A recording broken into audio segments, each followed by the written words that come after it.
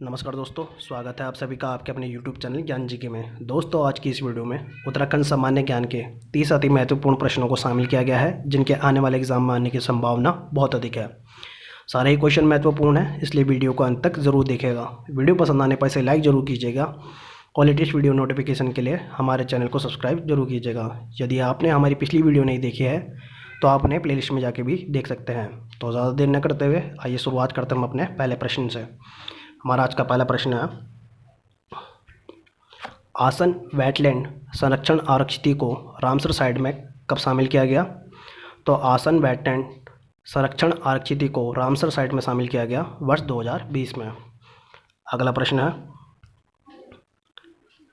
देहरादून में आरबीआई का क्षेत्र कार्यालय कब स्थापित हुआ? तो देहरादून में आरबीआई का क्षेत्र कार्यालय स्थापित हुआ 30 जून 2006 को। अगला प्रश्न है, उत्तराखंड राज्य जीएसटी बिल लागू करने वाला कौन सा राज्य है? तो उत्तराखंड राज्य जीएसटी बिल लागू करने वाला 5वां राज्य है। अगला प्रश्न है,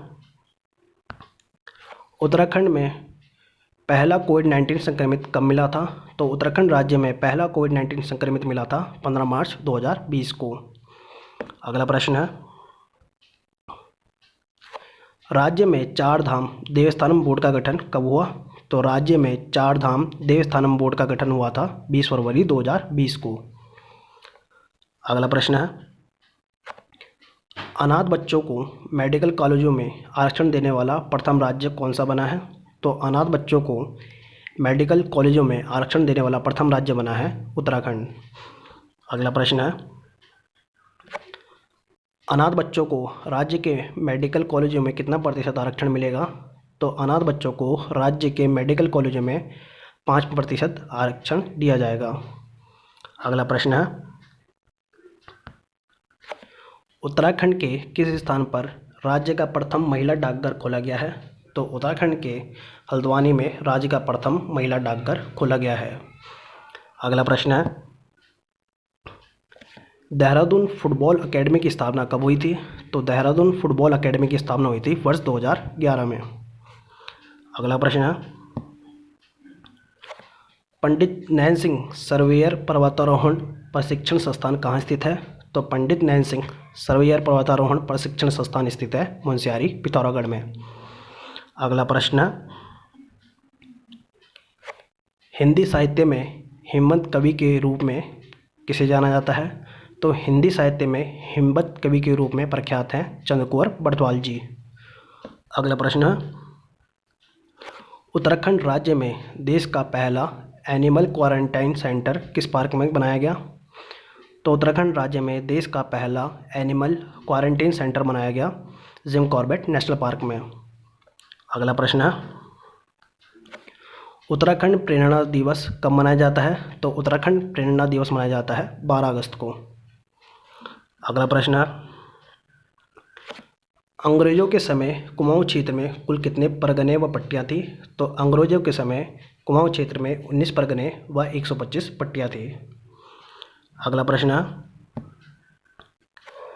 बद्रीदत्त पांडे के अनुसार कत्यूरी राजा कहाँ से आए थे? तो बद्रीदत्त पांडे के अनुसार कत्यूरी राजा अयोध्या से आए थे। अगला प्रश्न है, किस कत्यूरी शासक को शत्रुहंता कहा गया है? तो वह कत्यूरी शासक जिसे शत्रुहंता कहा गया है वह है निम्बरदेव।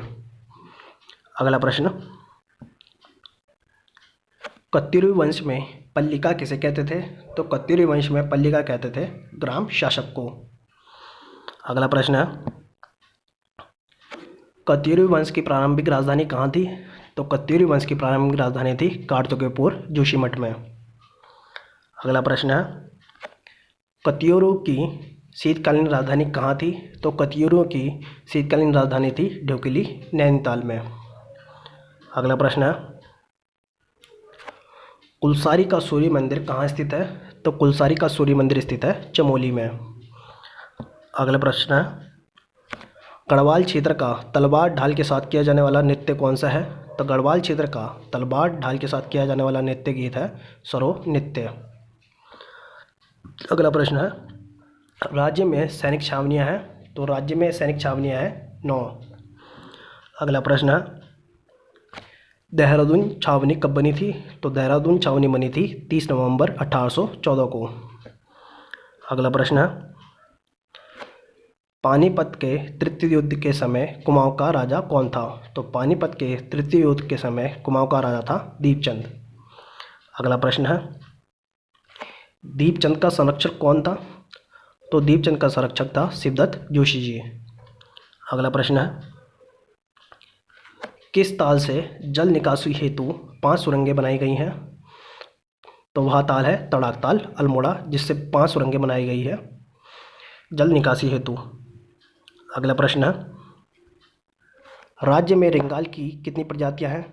तो राज्य में रिंगाल की 5 प्रजातियां हैं। अगला प्रश्न है, देश का पहला कार्बन न्यूट्रल चिड़ियाघर की स्थापना कहाँ की गई है? तो देश का पहला कार्बन न्यूट्रल चिड़ियाघर की स्थापना की गई है हल्द्वानी नैनीताल में। अगला प्रश्न है, किस कमेटी ने उधम सिंह नगर को प्रस्तावित उत्तराखंड में शामिल करने का प्रस्ताव रखा था? तो वह कमेटी थी जॉर्ज कमेटी, जिसने उधम सिंह नगर को प्रस्तावित उत्तराखंड में शामिल करने का प्रस्ताव रखा था। अगला प्रश्न है, लघु उद्योग सेवा संस्थान कहाँ स्थित है? तो लघु उद्योग सेवा संस्थान स्थित है हल्द्वानी नैनीताल में। दोस्तों, ये थे आज के हमारे 30 अति महत्वपूर्ण प्रश्न, और आप लोगों के लिए आज का सवाल ये रहा, उत्तराखंड राज्य की ग्रीष्मकालीन राजधानी गैरसैंण को बनाए जाने की घोषणा कब हुई? इसके ऑप्शन है 2 मई 2020 को, दूसरा ऑप्शन है 4 मार्च 2020 को, तीसरा ऑप्शन है 1 अप्रैल 2020 को, चौथा ऑप्शन है 1 फरवरी 2020 को। आप अपने उत्तर कमेंट बॉक्स में दे सकते हैं। यदि आपको हमारी वीडियो पसंद आई है तो इसे लाइक ज़रूर कीजिएगा। मिलते हैं आपसे नेक्स्ट वीडियो में। Thanks for watching.